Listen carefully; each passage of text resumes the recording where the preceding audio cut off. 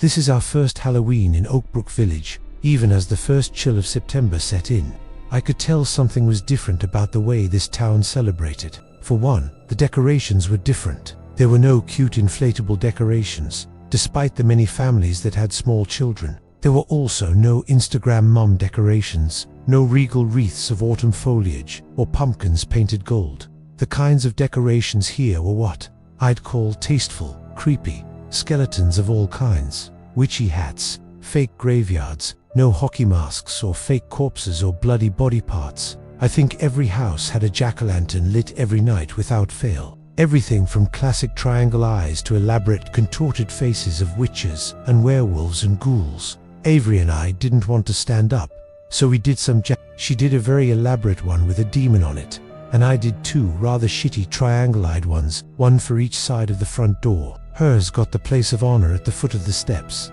But as Halloween approached, things started to get weird.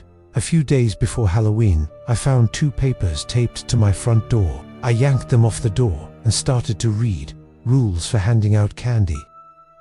It had to be some sort of prank.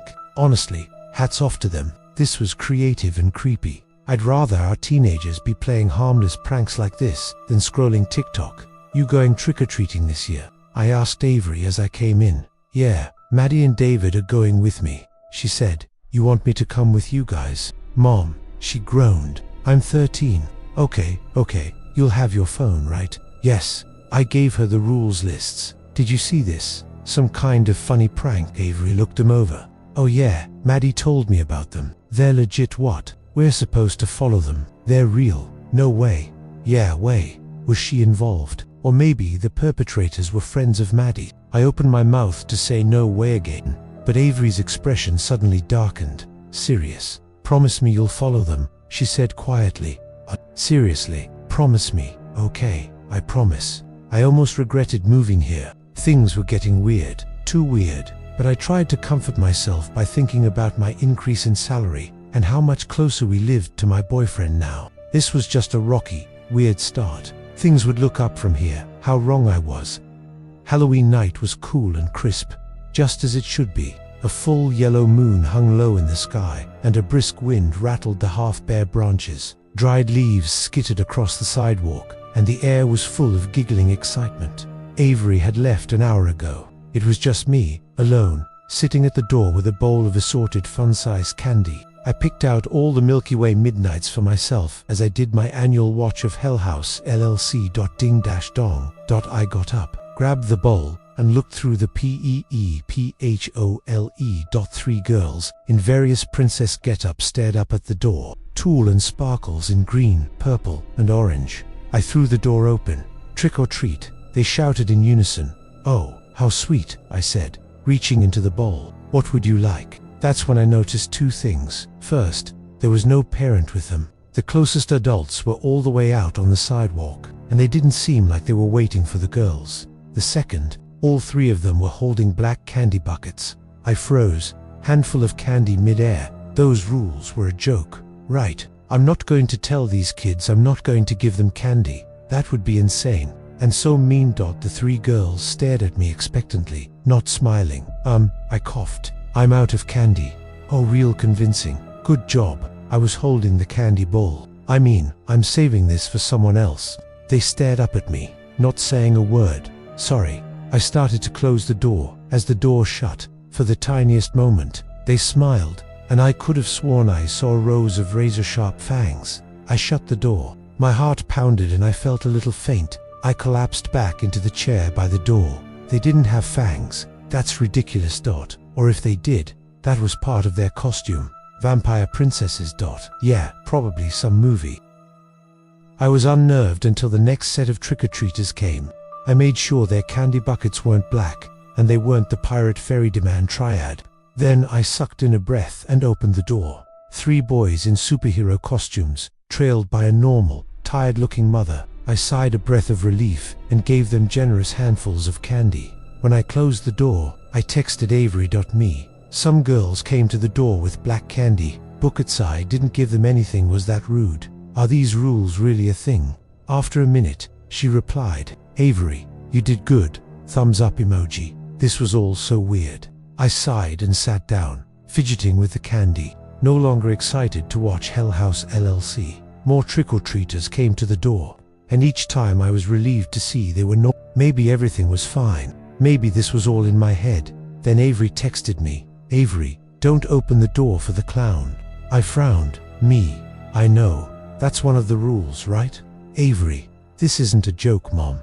I just saw him. He's next door, coming to you next. I started texting her back. I stared at the door. Then I slowly scooted out of my seat. What appeared to be a fully grown man stood on my doorstep. He was decked out in a classic clown costume, but he was turned away from the door. I couldn't see his face, only the back of his red and white onesie, the curly, plastic red hair of his wig. I stared at him through the peephole, my heart pounding in my chest. He was just standing there, not turning around or any dash blipped up my phone. Avery, remember to turn off the light. Right, the porch light. I leaned over and flicked the switch. The porch lights cut out. I stared at the clown on my doorstep, now not more than a shadow, lit in gray and blue tones in the moonlight. He slowly began to turn around, painted white skin, red nose, dripping red lips, and something hanging from his hand that I only noticed now that he was slightly turned on an axe. He turned his head and kept turning until his head seemed to be turned more than a normal human neck would allow. I ducked away from the door, crouched out of view. I heard footsteps. I held my breath, but then the footsteps began to recede. When I finally looked through the peephole again, he was gone. He's gone. Come home, right? Oh no, Avery, I can't. It's the rules, me. Then I'll come get you, Avery. Don't. It's the rules. Me, I'm calling the police then. He had an axe. 3 dots appeared, but Avery didn't text me back. Screw this. I hit call, 911. What's your emergency? There's some guy in a clown costume, with an axe, and my daughter is out there, and the officer interrupted me. What's your location? I gave it to her. Oakbrook Village. Yeah, I breathed. Don't open the door and turn off the porch light. What? If he comes to your door, don't open it and turn off the porch light. The blood drained out of my face. He poses no risk to the trick-or-treaters, ma'am, as long as they stay away from him, as the rules ask. I opened and closed my mouth. No sound came out, so they're true. I finally croaked. As long as you follow them, you'll be safe. And then the call disconnected. I stared at the phone, my mind blank. Me. Anything else I should know? Avery, just follow the rules. Me. Are you sure I can't come with you? Avery. Mom, you can't leave early. You can't. He began to cry. Why hadn't I insisted on going with Avery? I can't stay here. I have to get her. I'll drive to her. What's going to happen? Someone's going to shoot me down or something. I have to be with her. That's my kid. As if Avery could read my mind, another text came in.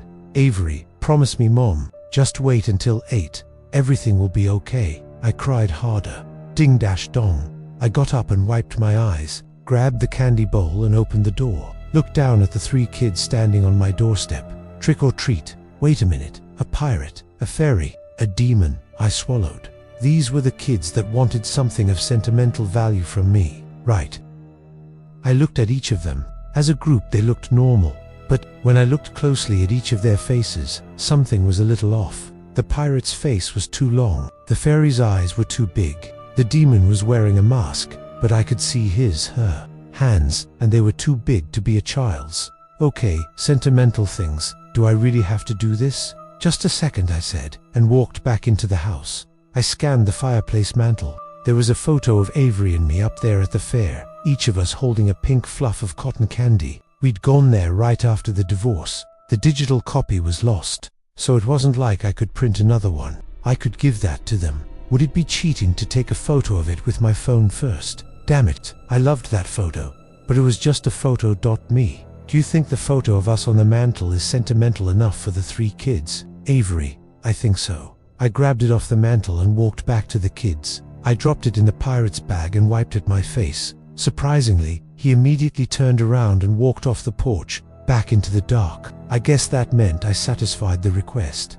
Okay, you're next, huh? I said to the fairy with the huge eyes. She nodded. I walked back into the house, looked around. I grabbed another photo off the mantle. Another one I'd lost the digital copy to. It was me holding her at the hospital, right after birth. I grabbed it and held it over the fairy's bag. She shook her head. She was no longer smiling.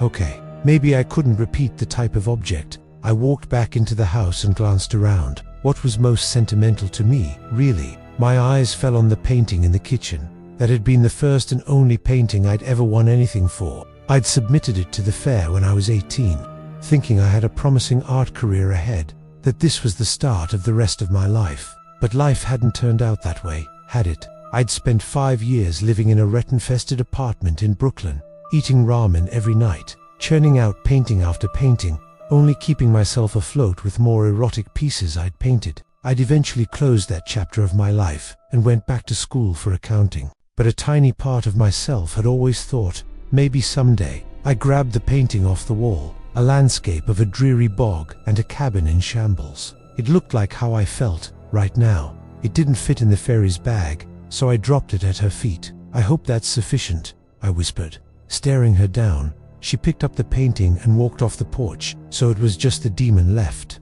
His ice blue eyes stared up at me through the mask. Does he wear the mask because he doesn't look as human as the others? After a few minutes of searching, I found something even more precious than the last 2 Avery's baby blanket. The one she came home from the hospital, swaddled in. I pressed it against my chest, crying. Then got up and offered it to the demon child. It shook its head. I don't know what you want from me. This is probably the most precious thing I've ever owned. It shook its head again. Then it lifted its hand and pointed at me. Does it want me? Is it just going to kill me? I finally asked that it shook its head. And then it spoke. A low, grating whisper, barely audible over the wind. Your daughter. No, not Avery. No. My voice cracked. I began to shout. Not Avery. You can have anything but Avery. The demon child stared up at me, then noiselessly turned and walked away. I stood there, frozen in the doorway, watching him disappear into the shadows beyond the halo of the porch light. I finally found the strength to close the front door. Then I collapsed in the chair and sobbed. I don't know how long I sat there, sobbing my eyes out, but before I knew it, my phone was ringing. Avery was calling and it was 8:01 p.m. I let out a long sigh of relief. Avery, are you okay? Are you? What? I'm standing outside, but, one of the jack-o'-lanterns isn't lit up anymore. I got up and peered out the peephole. Sure enough, I saw Avery, standing at the foot of the porch steps. She's okay. Tears rolled down my cheeks. I don't understand. What does that mean? I don't know. But the rules say, don't approach any houses with jack-o'-lanterns that aren't lit up. Wouldn't that only apply before 8 p.m.? I don't know. I think I should stay at Maddie's tonight. My heart dropped. Are you sure you're okay? Yeah, I just don't want to risk breaking the rules. So that was it. I didn't sleep a wink that night. I cried the entire time. How could I really know that Avery was okay? I'd seen her, sure. I'd heard her voice on the phone. But what if that was some sort of illusion? What if she actually wasn't safe? What if the demon child had somehow gotten her anyway? Could he take her without my permission? But at 9 the next morning, the front door creaked open and Avery walked inside. I hugged her and cried and she pried me off her and groaned, "Mume."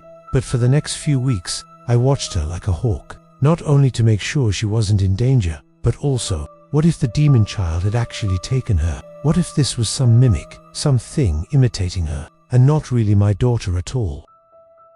Because Avery never tied her shoes like that before. Avery never blinked like that before, as if the sunlight hurt her eyes. Avery never filled her sketchbook with dark, spindly creatures of the woods before. Never went out foraging for mushrooms, digging her pink manicured nails into the damp, dark dirt, breathing in the smell of earth and decay.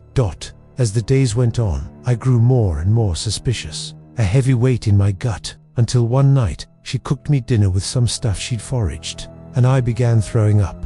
I halfway thought she asterisk, the thing that replaced herasterisk, had poisoned me.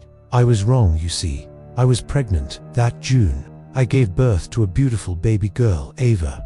Avery was over the moon to have a little sister, and even though it turned our plans upside, it was the best thing to ever happen to us, except a birth in June. Meant that I was pregnant on Halloween, and the demon, it had asked for my daughter, and I'd said it could have anything asterisk other than Avery. It's the beginning of October now. We've since moved out of Oakbrook Village, but I still wonder if on Halloween night, that thing will somehow find me and take what I promised.